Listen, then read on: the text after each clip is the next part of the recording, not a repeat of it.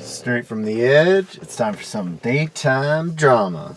Over on Y&R, Michelle Stafford is back with a vengeance. I mean, she's been out of this character now, I think going on almost 6 years, and she's back taking names and no prisoners.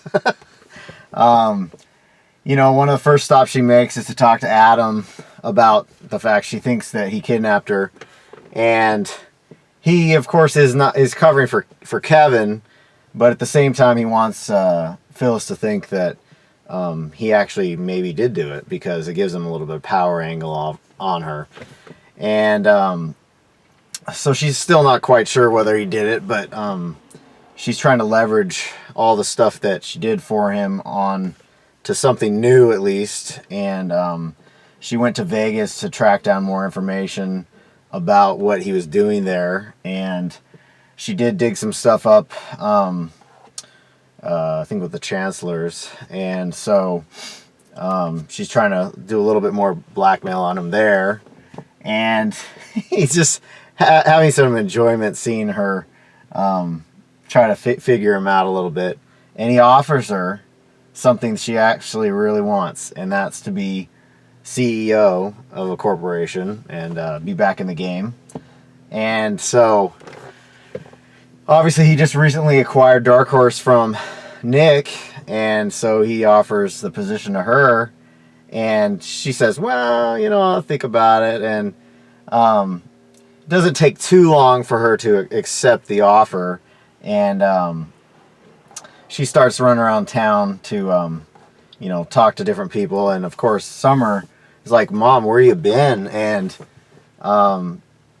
Phyllis doesn't want to show that vulnerability that she was kidnapped. She doesn't necessarily know anything at this point, so she doesn't want to tip anyone's hand off inadvertently, I guess. And you know, she doesn't want to look vulnerable to anyone, and she's coming back with this whole different frame of mind and trying to move on or whatnot. Now, Summer just isn't having any of it because Phyllis doesn't open up at all about where she was, and she finds out she was in Vegas and that she had her phone and whatnot. And so she says, I'm done, I'm out, whatever. Phyllis, you know, wants to tell her but can't. And then Phyllis, you know, she ends up going over to talk to Jack and brings a nice basket of goodies and champagne and chocolates to gloat a little bit about getting back in, and after what had happened with Jabot and everything. And so he's like taken aback by all of it, and he says, how could you do this to Nick? And she's like, well, he hasn't been supportive of her, and always is trying to basically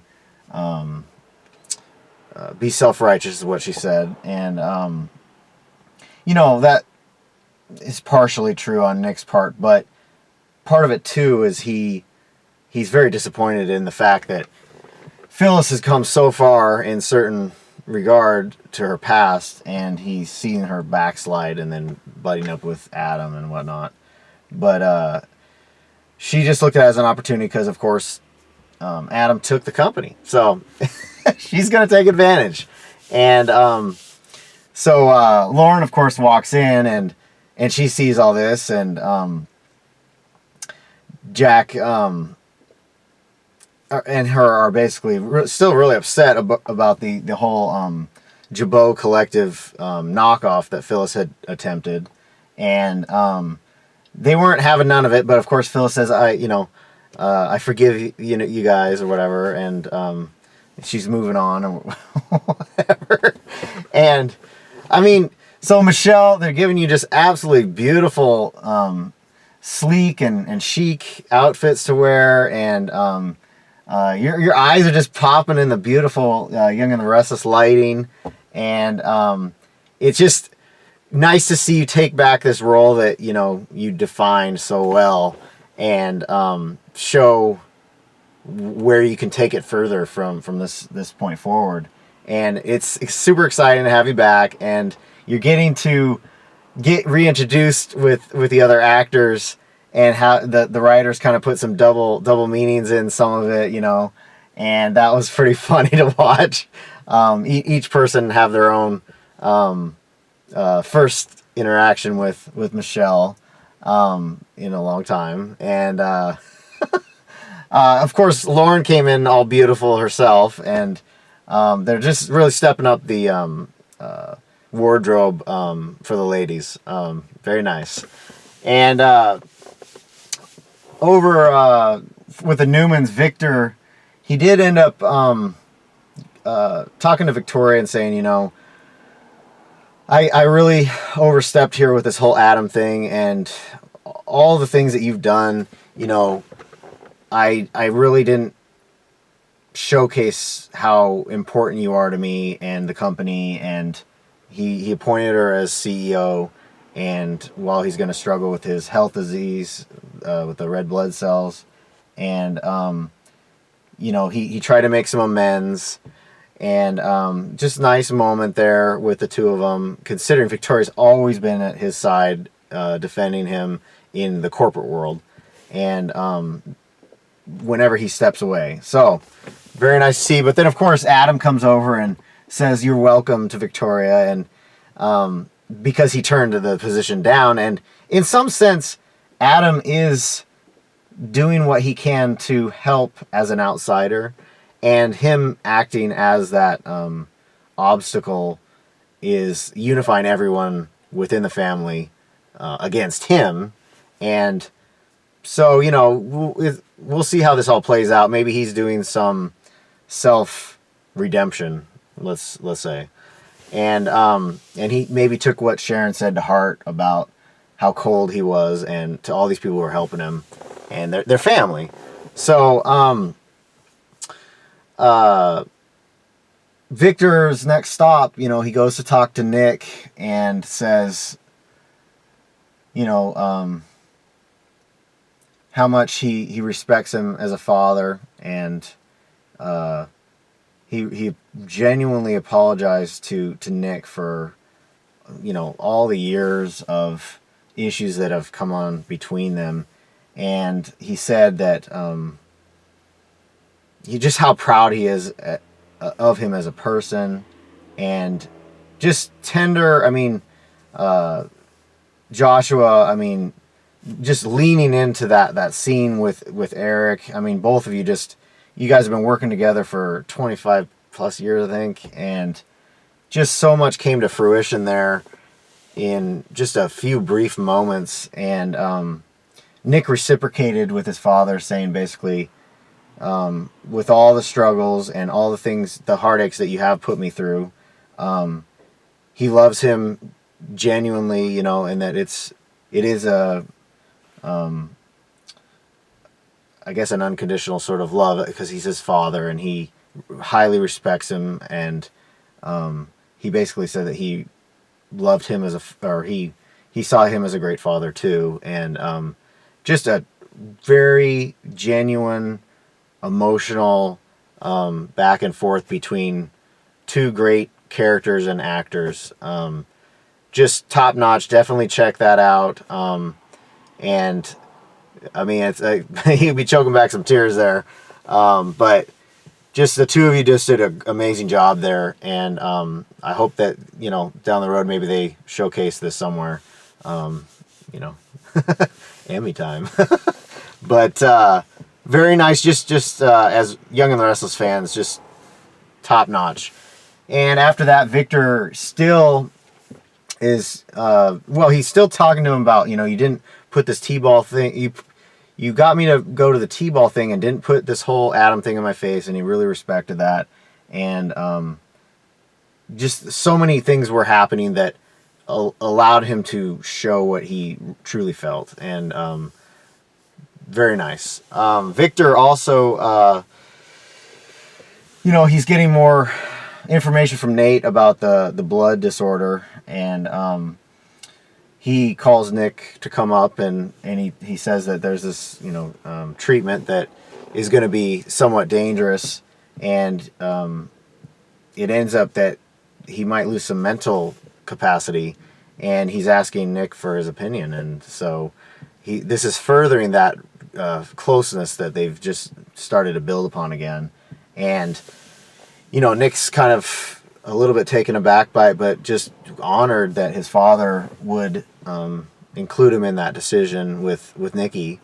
And so both, all three of them basically say, that he should go forward with it. And Victor basically, he wants the fight, right? But he's worried about having a lack of control. And Nick and Nikki say, we're going to be there for you all the way to make sure everything, you're protected from this, from other people, And Victor is going to be vulnerable, and that's something that he doesn't, he's the fortress, and he doesn't like that.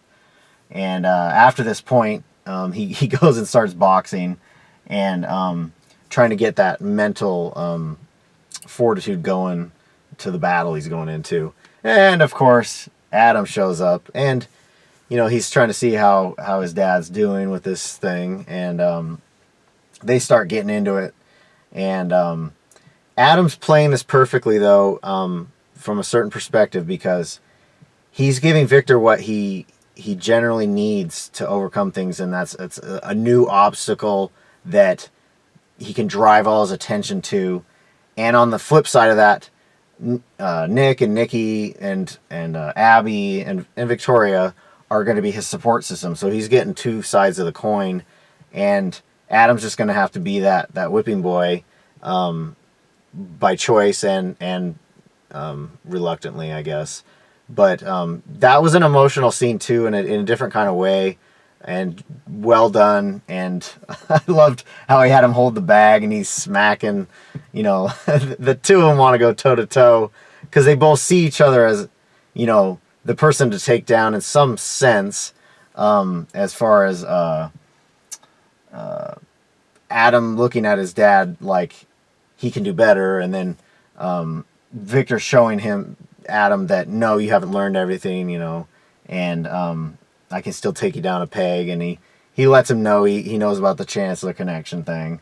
So just a ton of fun stuff there for the two of them, but the actors.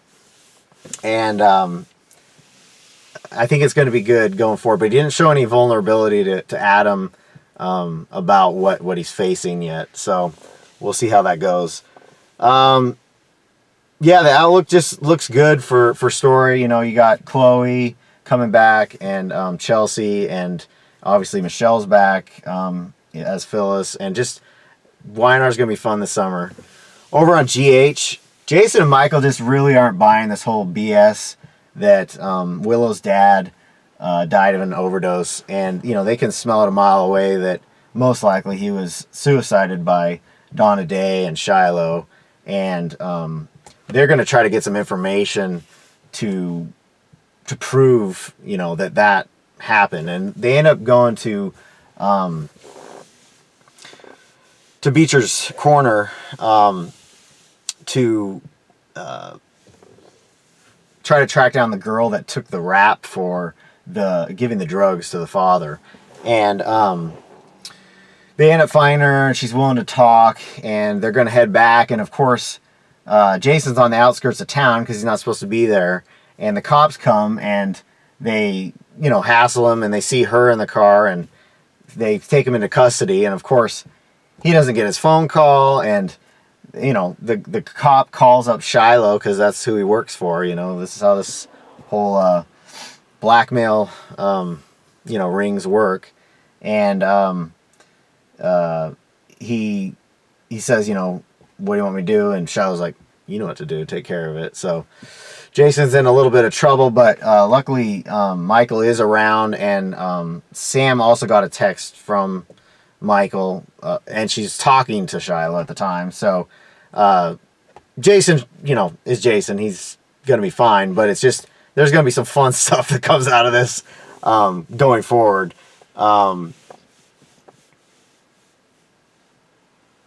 So Willow ended up being late to the court hearing with Shiloh about Wiley custody, or the Wiley adoption, and she'd gotten a job offer back at the school, which was nice, but it ended up causing her to be late, and the judge was not budging at all and was going to make his decision. Luckily, Diane kept trying to interject different court rulings to say basically how the information was obtained is not proper and basically, would be criminal. And the judge still wasn't hearing any of it, and he's just so adamant. You're almost wondering, like, do they have something on him maybe to make him a little bit more letting the case go open when there doesn't seem to be a lot to go on. So now this kind of opens up a little bit for Shiloh a problem, because if they start to open up their arguments a little too loosely, they could open the door to where Diane can have a cross and maybe have a little bit of discovery of more crimes that Shiloh has committed. And so it's kind of a dangerous game for him going into that. But Willow, of course, the judge said that, you have to disclose the records, and Diane said no way, and she was willing to go to jail for contempt of court. And Willow just lost it and said, I'll never let my son be with you, and she's protecting him, and she just completely lost it, and she was unwilling to give up the records, so the judge put her in contempt of court. Chase had to arrest her, and he's trying to hold back the tears a little bit from arresting his girlfriend, but he wanted to protect her through that process. And kind of a sweet little moment considering he's arresting her. Weird, but yeah, it's going to be fun to watch this whole thing unfold. So Kim is really struggling too with Oscar's passing, and she, is turning a little bit. Well, she turned obviously to Julian to have a baby, and he basically said, when you're ready, we might look into this, but you're not over Oscar, and you need to go through the healing. So Elizabeth came by, and she was a really good shoulder for her to talk to, because she confirmed with her, like, you're not, just because Oscar's gone doesn't mean you're not a mother. All of that time that you spent with him is something that you can't undo, and that you are a mother despite the fact that he's gone. And Kim seemed a little bit better, but she ended up having, well, before this,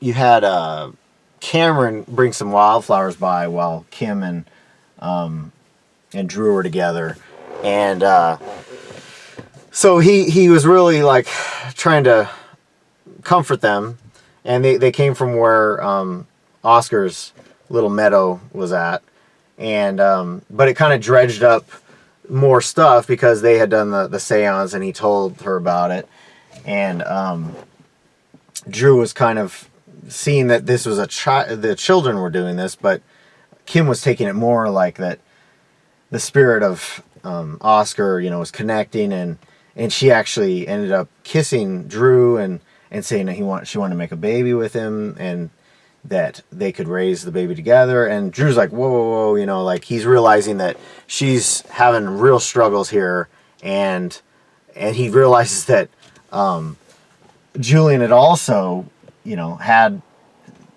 tried to help her, and he said that he was basically kind of like doing what he could for you. And so, they're both doing what they can to help her through this grieving process. And it's a real struggle. I mean, for a mother, you're never going to be really over it, but I guess she's handling it as well as you can, considering.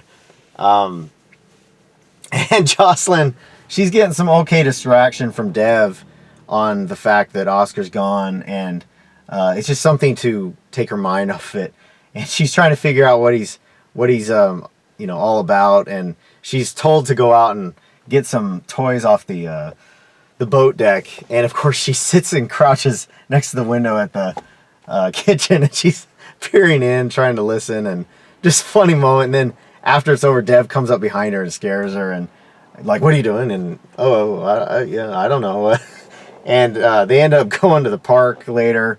I can't remember if they're talking or whatnot, and Cameron bumps into him, and through all this, Dev had swiped Josslyn's phone, and he said how easy it was, and she's upset, obviously, and Cameron thinks it's cool, and he wants to figure out how to do it. He asks him, and she storms off because she's upset they're teaming up against her or whatnot, she thinks. And just a lot of fun stuff there for the three of them.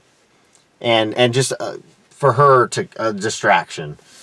And then Mike gets a tablet from Sonny and Carly, and it's loaded with, old TV shows like Odd Couple and Archie Bunker, All in the Family, and then the other show he sees is Barney Miller. He says, "Oh, what a great show that is!" And of course, he was in that show in the late 70s, early 80s, and so they're poking fun at his past acting, and just good stuff in there. And then he adds later, after he's watched them, he said, "Boy, they don't make TV like they used to." Good fun writing there for the writers and him. Good job there, guys. Over on Bold, Thomas is just threatening Emma in a completely unbelievable manner, like implying that he's willing to do anything to make sure she doesn't tell Hope that Beth is alive. And she ends up leaving. Luckily, Pam came in and kind of broke it up a little bit, and she could get away. And shortly thereafter, Thomas is able to chase after her, but they go on this race to get to Hope, and they go up Mulholland Drive, and he starts getting on her bumper, and she's starting to swerve a little bit, and she's trying to text a little bit at the same time. She puts the phone down, but then she's scared to death, speeds up, and she ends up going through the barrier and off the cliff. And it looks like, she's hurt, but that she's going to make it. Well, fast forward a little bit, and Justin calls up Bill and says that Emma, has died in a car accident off the road. And Justin's just totally devastated. And, Bill's talking to Brooke at the time about how obsessed Thomas is with Hope and how abnormal this is. And Bill's starting to listen and until they get distracted by this. But you had Thomas looking over the cliff and just almost like a Terminator, where he just has no emotion and no soul going on in him, and just really scary stuff. And it kind of makes you wonder, like, where did the Thomas that we knew go? Because he's willing to do such horrendous things to keep a secret, to go after Hope. And this is not true love that would cause this. And, you almost lost two characters in this entire situation, because Emma is dead now, and Thomas, to redeem this character, is almost next to impossible in a certain sense, because the other three, Zoe, Xander, and Flo, know about the secret, and they know about Emma finding out. And when Pam tells the three of them, I mean, Zoe, even though she'd battled with Emma over Xander, she had a tear. I mean, it shook her good, and the other two obviously completely. And Xander, was intimately trying to have a relationship with Emma early on, and so he owes it to her, because they loved each other in a sense, young love, and so he owes it to her to try to get this truth out too. But they know that Thomas is willing to do these crazy acts, and they are essentially in physical harm possibly too. But they need to be a united front and just lay down the gauntlet on this, and get the information out before anyone else gets hurt or whatever. But there's just a lot of anger and realization, coming out of this. They do have a little quick get together for Emma at Forrester, and everyone's there, and they're trying to show support to Josslyn through all the stuff, and show how amazing person Emma was to everyone, and let him see that side of her that he maybe didn't completely know about. And they did a great job there, but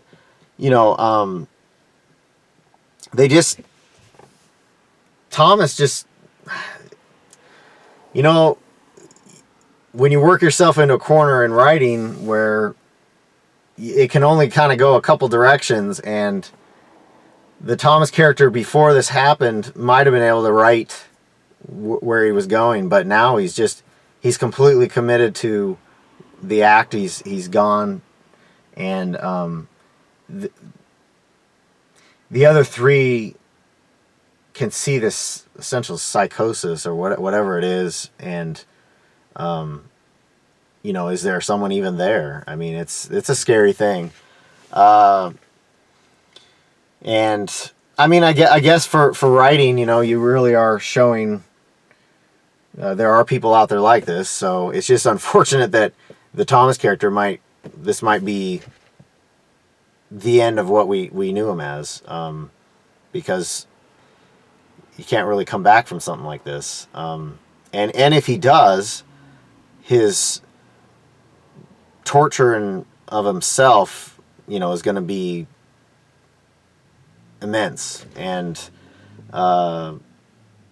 it's just going to be very difficult going forward to figure out how this all plays out. Other than him, getting caught and going to jail for what he's done. So a little bit on another softer note, but not quite. Sally is, a little bit devastated that Wyatt is moving on with Flo, and she's like, I thought time apart would, kind of make the heart grow fonder, and what we have, is really important too. And you're going to realize down the road that I'm the one that got away, and there's no perfect girl or woman out there for you, that you're going to realize that they all have flaws, and that's actually what makes everyone so interesting and exciting. And Sally has all this flair and really unique characteristics. She's not saying that, but you can see how amazing she is. And not to take away from Flo, she's amazing too, but she's making her case like, hey, give us a chance here. And it is kind of maybe sinking in the back of his head that maybe he's not quite sure. And I hope to see that he gives Sally another take, especially when he realizes that Flo is keeping this huge secret, and that's the problem he had with Sally, was keeping secrets, and Flo's secret is much, much worse. So Sally might be back in the running here soon with Wyatt. Anyway, keep on researching.